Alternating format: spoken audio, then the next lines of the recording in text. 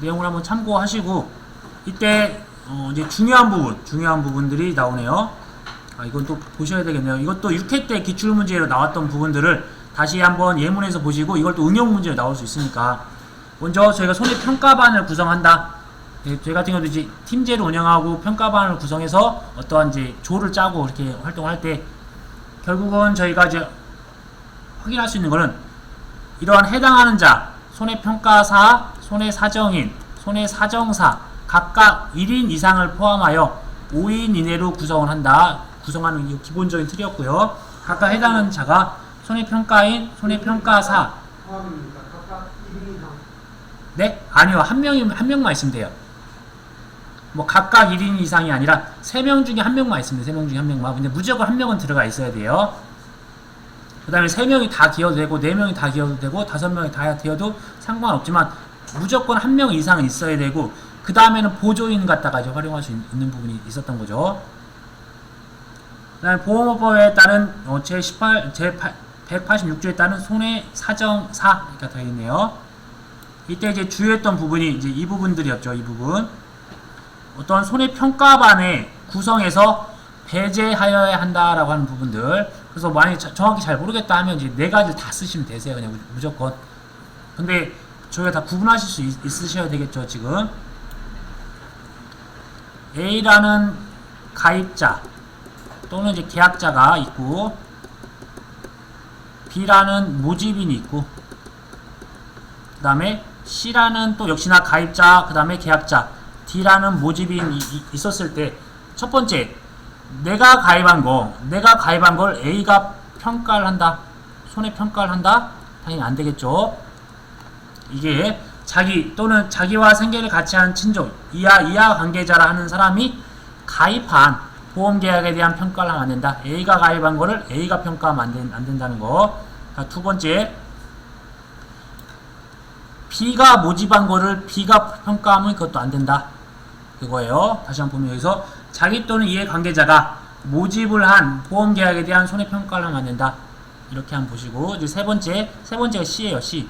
C 같은 경우는 이 사이에 가입자 간에 A 가입자도 손해평가사나 손해평가인이나 사정사였던 거고 C도 손해평가사나 손해평가인이나 손해사정사였던 거예요. 그래서 둘 다 손해평가가 가능하신 분이에요. 손해평가가 둘 다.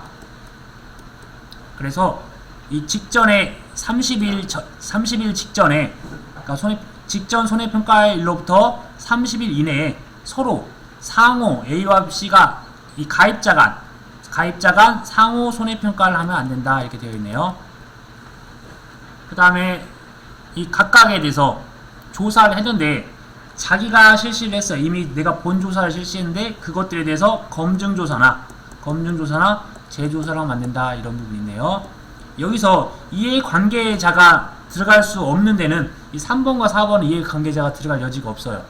이해관계자, 내 부인이 손해평가사인데 그런 거는 상관없습니다. 그런 부분은 상관이 없고 1번과 2번은 이해관계자가 들어가고 3번과 4번은 말 그대로 손해평가사나 손해평가할 수 있는 주체만 해당이 되는 거고요.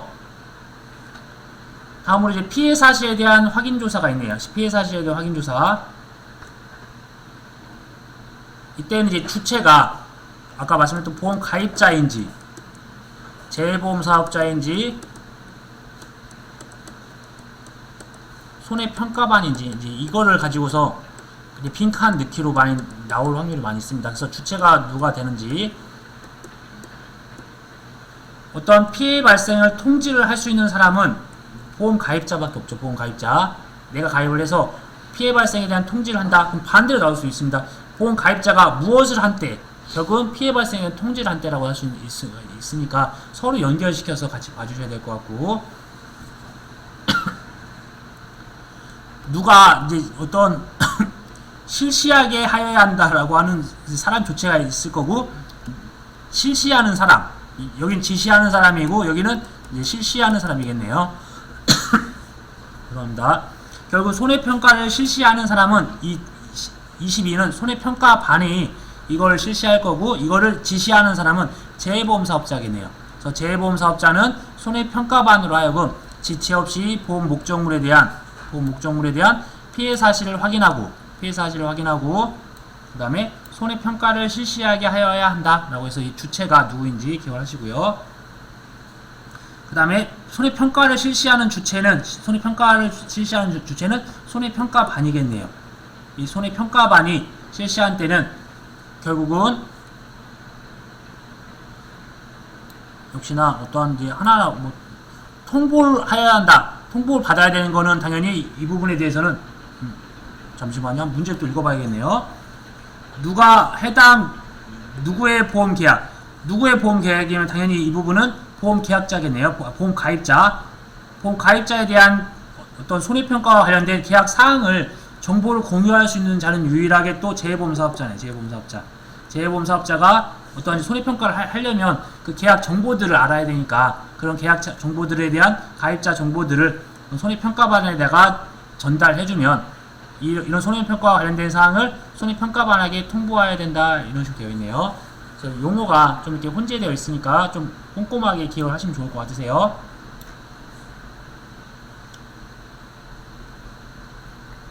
이제 그 다음에 역시나 이 내용들이 저희가 순차적으로 결국은 기억을 하실 게, 결국은 가입자가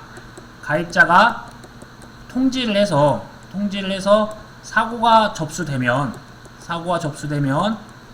재해보험사업자가 손해평가반을 구성해서, 아니 손해평가반한테 모든 것들 정보를 넘겨주면 손해평가반이 손해평가를 해서 이 결과에 대한 것들을 재해보험사업자한테 다 보고를 해야 되는 그런 구조라고 보시면 되세요. 그래서 결국은 재해보험사업자가 이제 어떤 사고 통지를 받으면 그 손해평가반으로 하여금 손해평가할 수 있는 어떤 정보들이나 자료들 다 제공하고 그 결과에 대한 것들 다시 재해보험사업자한테 다 제출해야 된다. 그럼 보면 결국은 블라블라에서 현지조사서를 마련하는 사람이 누구인지 보면 이 현지조사서라고 하는 부분은 재해보험사업자가 손해평가반이 실시한 손해평가 결과를 기록할 수 있도록 현지조사서를 만들어야 되고 마련하면 실질적으로 이 재해보험사업자는 이 손해평가를 실시하기 전에 제1항에 따른 현지조사서를 당연히 손해평가반한테 배부할 거고 손해평가 시의 주의사항을 안내해야 될 거고요. 그 다음에 이런 손해평가 결과를 작성하는 주체는 손해평가반이 될 거고요. 손해평가반이 현지조사서의 손해평가 결과를 정확히 작성하여 그 다음에 설명한 후 서명을 받아야 되는 주체는, 저희가 다 어떤 조사값에 대한 설명하고 서명을 받아야 될 주체는 당연히 보험 가입자가 될 거고요. 보험 계약자가 될 거고, 그 다음에 결국은 이 내용을 제출하는 당사자는 또 재해보험 사업자가 되겠네요. 그렇죠? 그 다음에 다만 이 서명을 거부하는 할 수 있는 사람 역시나 또 보험 계약자가 될 거고요. 보험 계약자가 서명을 거부했다. 그러니까 지금 제가 이게 빈칸 친대나 아니면 강조를 했던 부분들은 서로 반대로 빈칸이 나올 수도 있는 거예요. 그래서 보험 가입자가 정당한 사유 없이 서명을 거부한다는 부분, 이제 블랭크를 할 수도 있어요. 거부하는 경우에 두 번, 손해평가반은 누구한테 결과를 통지하면, 결과를 통지하고 하는 부분들은 다 무조건 보험 계약자예요. 보험 계약자한테 통지를 한 후에 결국 이 서류를 재해보험 사업자한테 제출을 하게 되죠. 무조건. 그 다음에 역시나 손해평가반은 어떤 보험 계약자가 정당한 사유 없이 손해평가를, 이번에는 서명 거부가 아니라 이제 평가를 거부하네요. 그 평가를 거부하여 손해평가를 실시하지 못한 경우에는 이때 이제 중요한 부분이 그 피해를 인정할 수 없는 것으로 평가한다는 사실을 결국은 보험 계약자한테 역시나 통지를 해줘야 돼요. 무조건 통지를 한 이후에 현지조사서를 당연히 또 재해보험 사업자한테 제출해야 됩니다. 그 다음에 재해보험 사업자는 어떠한 보험 계약자가 손해평가반에 대한 손해평가 결과에 대해서 설명 또는 통지를 받은 날로부터 7일 이내 어떤 손해평가가 불만족스럽고 만족스럽지 않고 뭐가 틀린 것 같다라고 하면 그런 것들을 서류나 사진 등을 제출하는 경우에는 역시나 재해보험 사업자는 다른 손해평가반으로 하여금 뭐 재조사를 실시하게 할 수 있다. 그래서 아무래도 이런 부분들은 이제 중요한 부분들이고 하니까 1차에서도 중요한 부분이지만 또 2차에서도 충분히 또 한번 나올 수 있는 부분이 될 것 같아요. 그 다음에 참고사항으로 보험 목적물에 대한 손해평가 단위는 다음 각호와 같다. 농작물의 경우에는 결국 농지별이죠. 그 다음에 가축에 대해서는 개별 가축별이 될 거고, 단벌은 벌통 단위. 그 다음에 농업시설물 같은 경우는 보험가입 목적물별이 되겠습니다. 그래서 이제 이런 식으로 한 번쯤 이제 반복적으로 하다 보면 이게 어디와 연결되는지 그것들을 기억하실 수 있으실 것 같으세요. 그 다음에 손해평가 체계가 이제 한번 기출이 나왔었습니다. 한번 이전에 손해평가 체제에 대해서 제가 빈칸을 넣을 때 이제 암기를 해야 되는 게, 저희가 암기법은 제가 이렇게 외웠네요. 통전반의 실력을 조사한다. 이렇게 해서 통전반의 실력을 조사한다. 그래서 처음에 제가 사고가 발생을 하는 거와 관련해서 사고 발생에 대해서 통전반이라고 하는 건 통지를 해야 돼요. 가입자가 통지를 할 거고,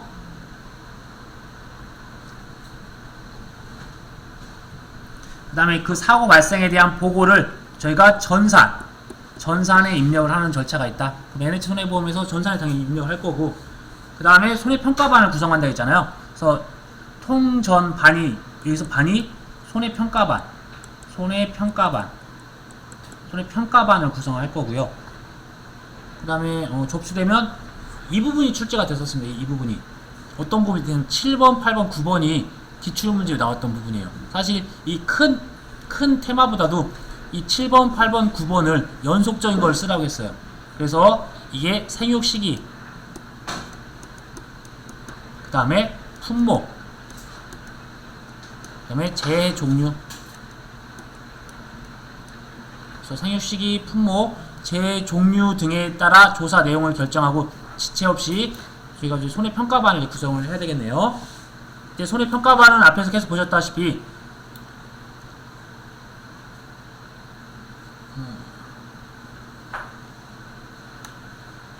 손해평가사, 손해평가인, 손해사정사 1인을 포함하여 5인 이내를 구성할 거고요.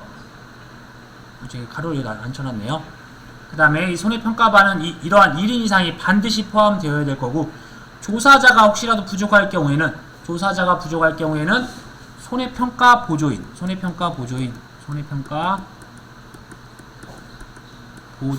유촉하여 손해평가반을 구성할 수 있다라고 되어 있네요. 그러면 통전반 실력조사를 한다. 실력조사.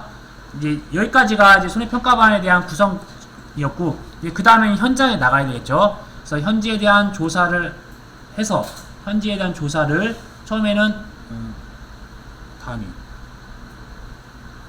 현지조사 실력. 네, 그럼 이제 실시. 그 다음 역시나 현지조사 결과를 전산에 입력. 똑같은 겁니다. 그래서 2번과 6번이 같은 5번이 같은 거죠. 처음에는 이제 사고 발생에 대한 것들을 입력을 했고, 그 다음에는 현지조사 결과에 대한 것들 역시나 입력을 한 다음에, 그 다음에 끝나요. 사실 끝나는데 혹시 그 이후에 본부에서 직접 조사할 수 있는 부분이 있는 게 있고요. 지금 실질적으로 현지를 조사를 하거나 검증 조사를 할 수가 있는데, 이 현지 조사를 하고 있는 주체가 손해평가반이 아닌 거예요. 여기서 이러한 재해보험 사업자 등은 현지 조사를 직접 실시하거나 아니면 또는 현지 조사 내용을 검증 조사할 수 있는 주체가 이제 재해보험 사업자가 되겠죠. 이때 조사에 대한 주체를 쓰시오라고 해서 이렇게 나올 수도 있는 부분이 있으니까, 조사 주체는 아시다시피 재해보험 사업자, 그 다음에 재보험사, 그 다음에 정부가 되겠네요. 정부. 다시 한번 보면 재해보험 사업자, 재보험 사업자, 그 다음에 정부 이렇게 되겠네요. 정부. 그 다음에 조사 방법도 역시나 콤마로 연결되어 있으니까 중요하다고 보시면 되세요. 그래서 콤마로 연결되니까 조사 방법은 기본적으로 품목별로 하겠죠. 품목별. 죄송합니다. 조사 방법은 답은 보니까 이쪽에 지역별, 그 다음에 해당되는 게 대리점별, 그 다음에 손해평가별로 되어 있네요. 그래서 지역이나 대리점이나 손해평가반이라는 용어는 좀 익숙하지 않으니까 조사 방법에 대해서는 지역적으로 대리점별로 또는 손해평가반별로 손해평가를 실시한 농지를 임의적으로 추출합니다.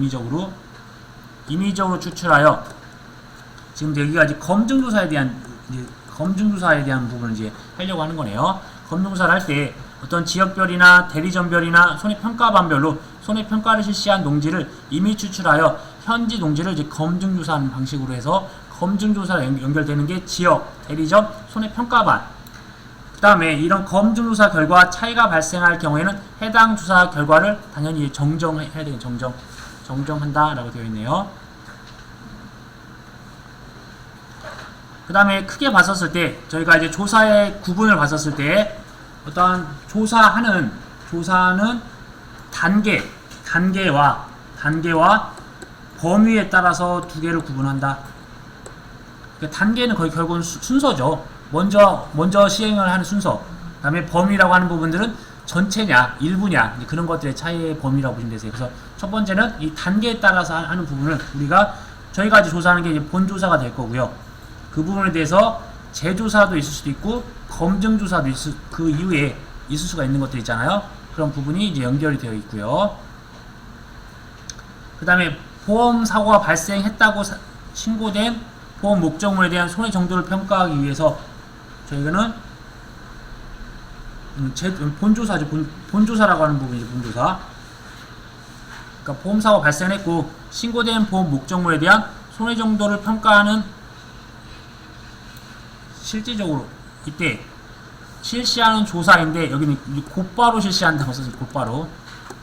곧바로 실시하는 조사가 우리가 본조사이다. 그 다음에 재조사는 아까 말씀드렸다시피 기본적으로 손해평가반이 이미 기존에 실시한 조사에 대해서 어떠한 이의가 있었어요. 이의가 있는 경우에 다시 한번 실시하는 조사를 저희가 이제 재조사라고 하죠. 손해평가반의 손해평가 결과에 대해서 어떤 설명이나 통지를 받은 날로부터 이제 7일 이내 할 수 있고, 여기서 다른 손해평가반으로 하여금 역시나 또 여기서 다시 손해평가를 할 수 있게 한다. 아마 이제 빈칸을 보시면 이게 무엇인지 아마 생각도 안 나실 거예요. 이제 반복적으로 하시는 수밖에 없습니다. 그 다음에 이제 마지막으로 검증조사가 있네. 검증조사. 이 검증조사에 대한 주체는 재보험 사업자도 할 수도 있고, 재보험 사업자도 할 수 있습니다. 재보험 사업자도 할 수 있고, 역시나 이런 부분을 재보험 사업자가 어떠한 손해평가반이 실시한 손해평가 결과를 이번에 확인을 한번 해보기 위해서 어떤 손해평가를 하는 데 있어서 이미 실시한 거를 일정수를 이미 추출한다. 그 다음에 어떠한 이제 조사에 대한 범위로 구분할 때 전체냐 또는 일부에 따라서 전체를 조사하는 거는 전수조사, 일부를 조사하는 건 표본조사이다 라고 해서 한번 연결을 시켜주시면 좋을 것 같으세요. 재미가 없죠, 이런 부분들은. 아무튼 이제 그러니까 여기까지, 지금까지 보셨던 여기까지에다가 용어의 정리, 거기까지 합친 부분에서 한 문제 정도가 보통 5점으로 나왔던 게 이 트렌드였어요. 그러니까 용어의 정의에 나왔던 1과목에서 저희 했던 부분이라 한 5페이지 정도 되는 부분에 대한 내용들이 그렇게까지 많지는 않으니까, 그 다음에 이 용어들은 저희가 또 기본적으로 알아야 되는 것들이니까 반복적으로 학습하시는 수밖에 없으세요. 이제 이렇게 해서 5점 나올 거고요. 그 다음에 이제 보상한 손해랑 보상하지 않는 손해 파트는 저희가 이거는 원래 과거에는 1과목에 나왔던 부분이 이제 2과목에 나왔어요. 이제 저희는 좀 쉽게 하기 위해서 용어의 정의부터 한 번씩 다 써보자. 이때 보상한 손해에서 저희가 총 11가지가 뭐가 있었죠? 태우가 냉동설 안에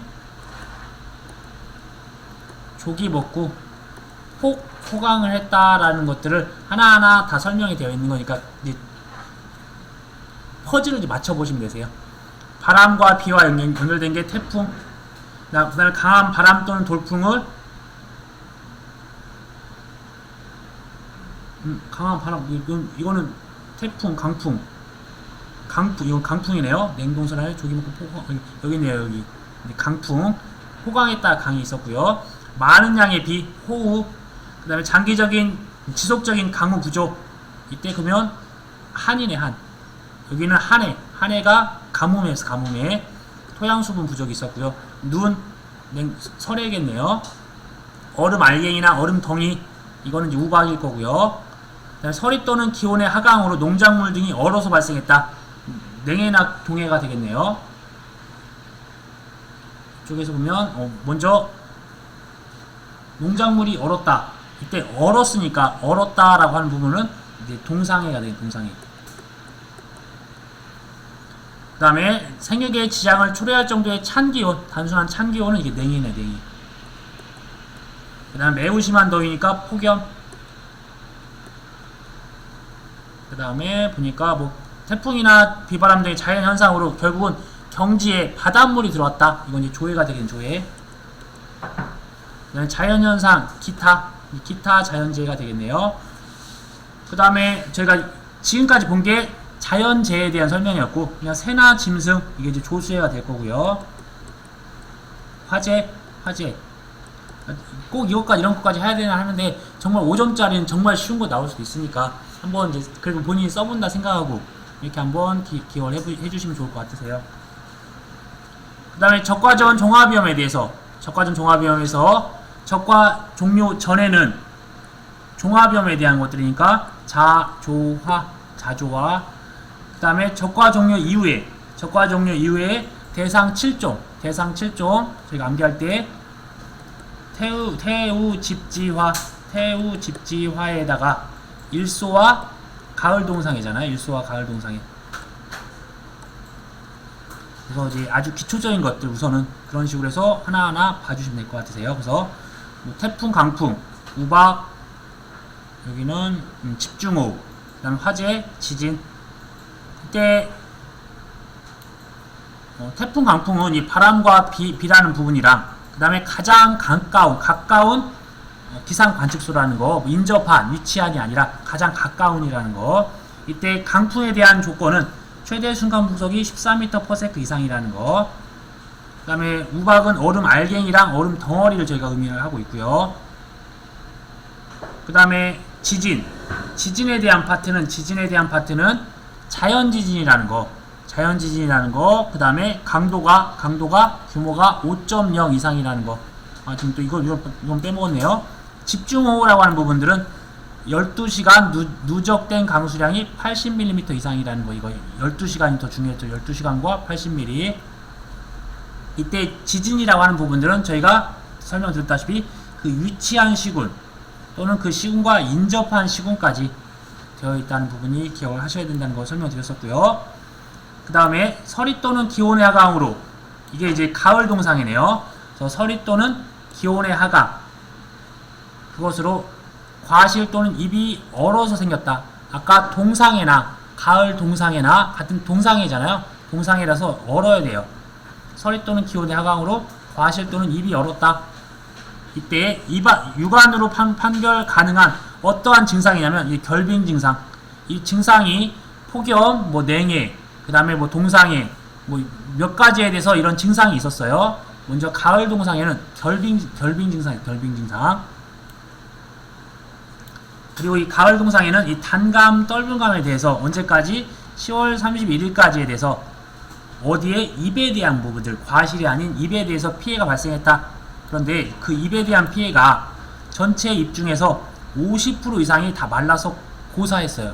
저희 잎 같은 경우는 이제 잎이 있으면 저도 이제 작년에 조사를 하다 보니까 이 잎이 수분이 공급이 돼야 되거나 아니면 이제 수분이 공급되고 있는데 가을 동상에도 있으면 이게 다 얼어버려요. 얼어서 이 안에 물이 있으면, 그러니까 냉해 피해가 나는 이유나 동해 피해 나는 이유는 이게 나무나 가지가 쉬고 있을 때는 이런 피해가 발생하지 않은데 봄에 수분이 공급되다가 그 수분이 갑자기 추워져서 얼어버리면 이렇게 피해가 되는 거죠. 마찬가지로 가을 동상에도 이런 수분이 공급되는 중간에 기온이 갑자기 하락을 해서 그 수분이 얼어버려서 그런 식물체에 피해를 주는 거예요. 이게 50% 이상의 고사한 경우에 피해를 인정해준다라고 되어 있네요. 그 다음에 일소 피해. 일소 피해는 이제 폭염으로 발생하는 것일 거고요. 이런 과실에 대한 태양광에 노출되어 어떠한 부분이냐면 과피 또는 과육, 이러한 부분에 대해서, 과피 또는 과육에 대해서 괴사되어 검게 그을리거나 변색되는 현상을 말합니다. 이때 저희가 폭염은 역시나 가장 가까운 세계 관측소에서 관측을 하되, 이때 낮 최고 기온이 연속 2일 이상 33도 이상으로 된 경우에, 이때 폭염에 대한 기간도 빈칸 넣기로 해서 폭염을 발령한 때로부터 해제한 날까지, 발령과 해제 잘 기억하시고요. 한 날까지 일소가 발생한 보험의 목적에 대해서 과수원이 위치한 지역이다. 위치한 지진이랑은 이제 차이가 있습니다. 그 다음에 인산 파트랑 제가 적과전 종합위험에 대한 해당 제 7종이랑 비교를 하시라고 말씀드렸어요. 인산 같은 경우 제가 암기할 때 태우 지화에서 지진이 빠진다고 말씀드렸고, 그 다음에 여름에 있는 더운 폭염, 그 다음에 겨울에 있는 추운 냉해, 여름에 물난리를 제외 침수, 겨울에 눈이 많이 오는 걸 폭설, 이렇게 해서 총 8가지 대상 재해가 있다. 이때 첫 번째 태풍, 강풍 같은 경우는 바람과 비, 이때 강풍에 대한 조건이었던 최대 순간 풍속이 14m/s 이상이어야 된다는 거. 그 다음에 폭설. 그래서 인삼은 12시간이 아니라 24시간 기준으로 해서, 먼저 폭설은 신적설량, 이번에 쌓인 눈이 5cm 이상이어야 된다는 거. 그 다음에 24시간 누적 강수량이 80mm 이상이어야 된다는 거. 이렇게 되어 있네요. 그래서 적과전에 있는 집중호우랑, 그 다음에 어디였죠? 이런 인삼에 있는 집중호우에 대한 시간이 틀리다는 거, 시간이. 그 다음에 침수는 이런 물이 유입되어 상면입니다. 상면. 저 집이나 그런 걸 덮어놓은 그 상면에 물이 잠긴 상태로서 침수 높이가 최소 15cm 이상이어야 된다는 거예요. 그러니까 같은 내용을 이론서에서도 보고 유학집에서도 보고 이렇게 또 빈칸 느끼서도 반복적으로 보게 되는 겁니다. 그래서 특별히 테스트 하시면서 이걸 또 다른 책이다 생각하지 마시고 같은 책이다 하면서 봐주시면 좋을 것 같아요. 말 그대로 테스트 용도니까요. 그 다음에 냉해가 나와있네.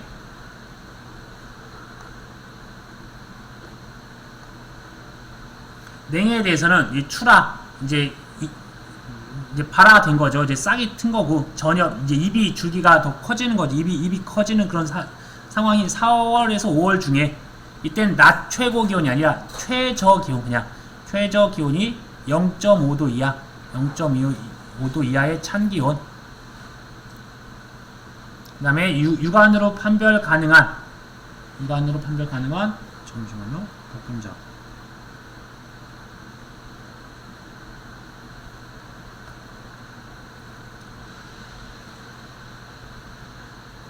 이때 냉해의 경우에는, 냉해는 어떤 증상이 있었을 때 이때는 냉해 증상이 있는 경우에 피해를 인정한다. 그 다음에 이번에 이제 폭염이네요. 이때 폭염이 적과전 종합위험이랑 차이가 나는 걸 구분하셔야 된다는 거. 여기는 낮 최고 기온이 아니 그냥 최고 기온이 33도가 아닌 30도. 그 다음에 적과전에는 연속 2일이었는데 여기는 7일 이상 지속된 상태를 말하며, 입에 타들어가는 판별 증상이 어떤 증상이냐면, 여기서는 타들어가는 증상, 그래서 아까 결빙 증상, 타들어가는 증상, 그 다음에 냉해 증상, 그런 부분이 있다. 이때도 역시나 50% 이상이 있는 경우에 인정을 해준다라고 되어 있네요. 그 다음에 복분자에 대한 부분과 무화과에 대한 부분들, 이 특정위험, 그러니까 수학 개시 전에는 종합위험인데 수학 개시 이후에는 이제 특정 위험으로서 태풍, 강풍, 우박 이렇게 되는 거죠. 복분자 같은 경우는 수학 개시가 6월 1일 이후가 될 거고, 무화과는 8월 1일 이후가 수학 개시가 되겠네요.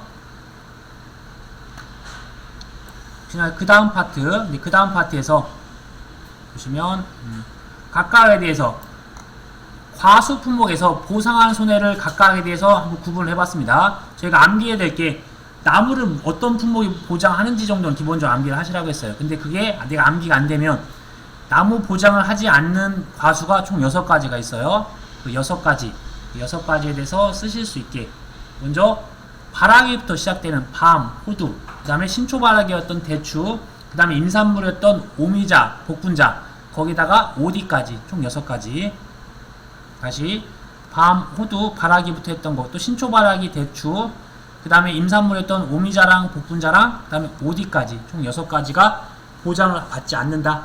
그 다음에 당연히 종합위험에 대한 부분들이니까 자연재해, 조수의 화재에 대해서 보장받을 거고, 비가림 과수에 대해서 3가지 품목, 저희가 포도, 그 다음에 참다래, 대추, 그 다음에 가격을 하락을 보장해주는 농업수입 보장 품목 총 7가지를 쓰시오 라고 했으니까 기본적으로 포도부터 해서 포도, 그 다음에 마늘, 양파, 가을 감자, 그 다음에 뭐 양배추, 고구마, 콩, 총 이렇게 7가지가 되겠네요. 또 기존에 어떤 팥이 들어가 있게 오류가 됐을 경우에는 팥은 빠진다는 거예요. 팥은 없습니다. 그 다음에 과수에서 병충해 보장을 해당하는 품목은 복숭아만이죠. 복숭아만, 세균공황병. 동상해에 대한 과실손해 보장을 해주는 품목은 저희가 감귤이죠. 감귤. 그 다음에 수확전 종합위험, 수확기 특정위험에 대해서 복분자는 이듬해 5월 30일 이전까지, 무화과는 7월 31일 이전까지는 종합위험, 그 다음에 특정위험은 6월 1일 이후부터 6월 20일까지, 8월 1일부터 10월 31일까지가 되겠죠. 이런 기간이 있다. 그 다음에 병충해에 대한 부분들은 잠깐 쉬었다가 진행하도록 할게요.